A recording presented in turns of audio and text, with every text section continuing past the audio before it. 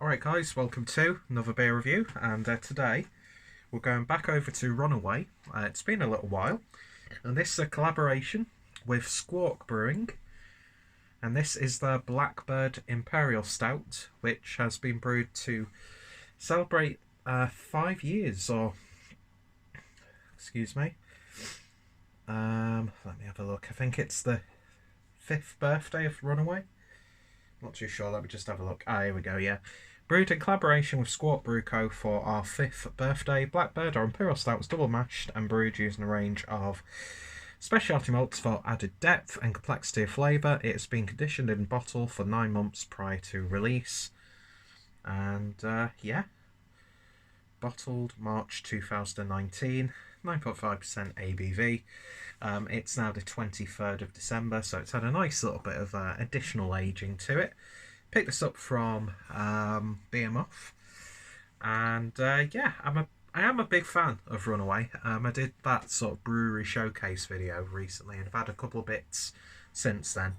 SQUAWK, I do see their bottles when I'm in Manchester, of course, and I've been to their tap room, which was at the above the where track was, but of course there was like something to do with the building, so of course track has had to momentarily move into Cloudwater's premises. I'm not sure where SQUAWK are now, in terms of like tap room or anything like that. I'm sure someone will have put them up, or they've found another premises, because it was right next to a little sort of cinema on the top floor, and you have to see them put my shirt in my pants.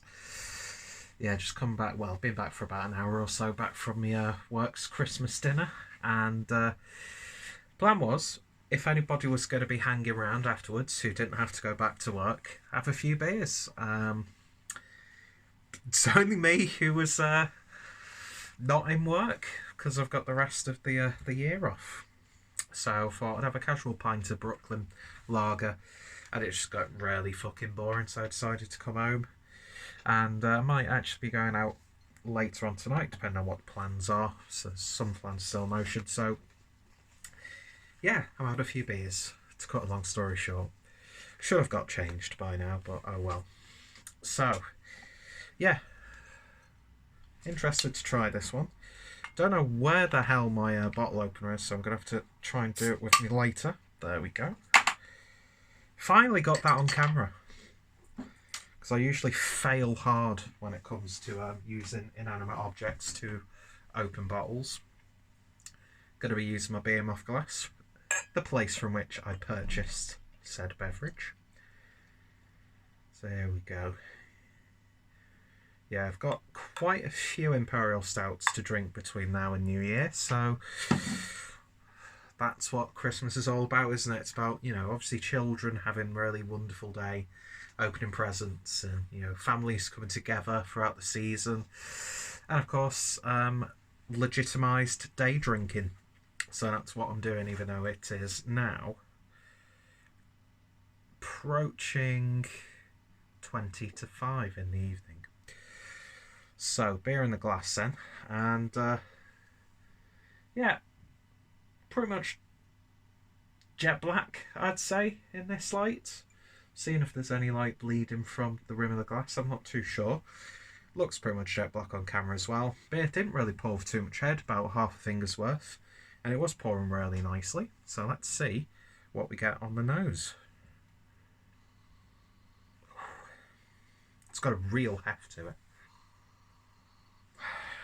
It's one of those occurrences where it smells heavier than it actually is, but not in like a really harsh sort of way. Oh yes, get like a chocolate liqueur character on this one. Lovely sticky roasty malt, molasses, some nice stewed down dark fruits. There's maybe a slight peated smokiness. It's got like that blackcurrant licorice covered in chocolate. Smells good. Really nice and aromatic beer. Let's give it a taste. Cheers, guys.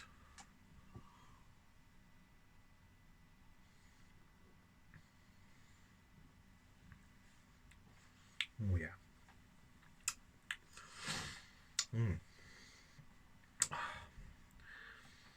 That's nice. I like that a lot.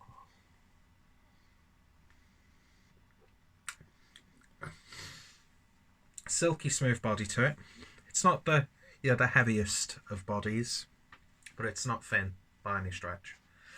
Unless you're Paul from Peer Brew News, where treacle in a tin would be too thin for him. Yeah, it's got like almost like a cloudy texture to it. You know, and you make like cocoa, and it's not dissolved properly, and you get like little clumps, but they sort of like disperse on the tongue. It's got that sort of feel to it. Lovely warming on the back end.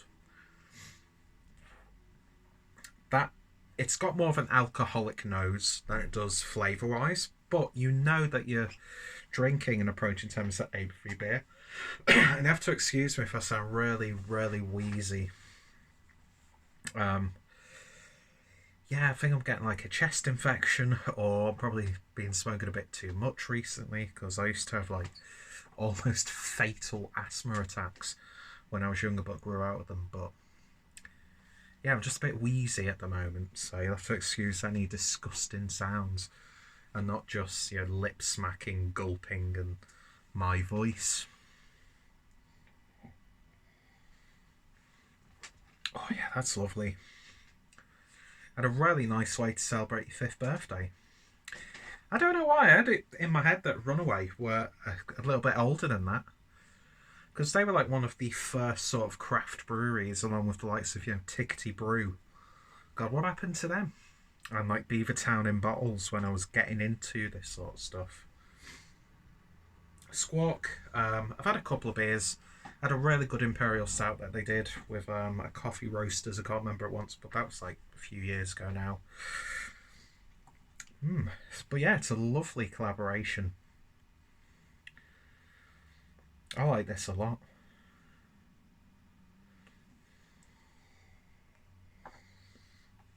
It's got characters that I've not had an Imperial Stout for a while. But it's all like really pastry. There's no like sweetness. There's obviously no adjuncts in there, so there's no added sort of depth in that regard. But it's a little bit more flavoursome than your, classic Russian Imperial Stout, I would say. Nice chocolatey chocolate. There's a lot of chocolate in there. Nice combination of milk and dark chocolate. Cocoa powder, hot chocolate, that sort of thing. There's a nice woodiness to it, earthiness, very subtle smokiness, which just rounds it off nicely. And yeah, that's a lovely, lovely Imperial Stout. And it's aged nicely as well, considering that it's been in there for more than half a year upon bottling. But that being said, I don't know when this was actually released. So 9 months before May. Yeah, it's been hanging around for a little while. Lovely stuff, and the price paid for it. Can't grumble at that for a nice, fulfilling Imperial Stout. Anyway, in terms of a rating then, I'm going to give this one 9 out of 10. I think it's lovely. A really nice sipper for sure. No, not Session IPA. But it's not even funny if you're a beer geek, is it really? It's just depressing. Anyway, if you've tried this one, then let me know your thoughts, opinions down below. If you've tried anything from either brewery, highly recommended from the stuff I've had. Although I need to try a lot more SQUAWK. There were a few bottles on the shelves, but didn't really go for them. I don't know why. Maybe that's a brewery showcase in the future. You never know, in 2020. But yeah, a really nice celebratory Impy Stout. Not just like, oh, let's just make an Impy Stout. There's just something about it which sets it apart slightly. And yeah, go check out both breweries down below. And more importantly, I hope you'll join me next time for another beer review. Thank you all for watching, and I shall hopefully see you all later. Cheers.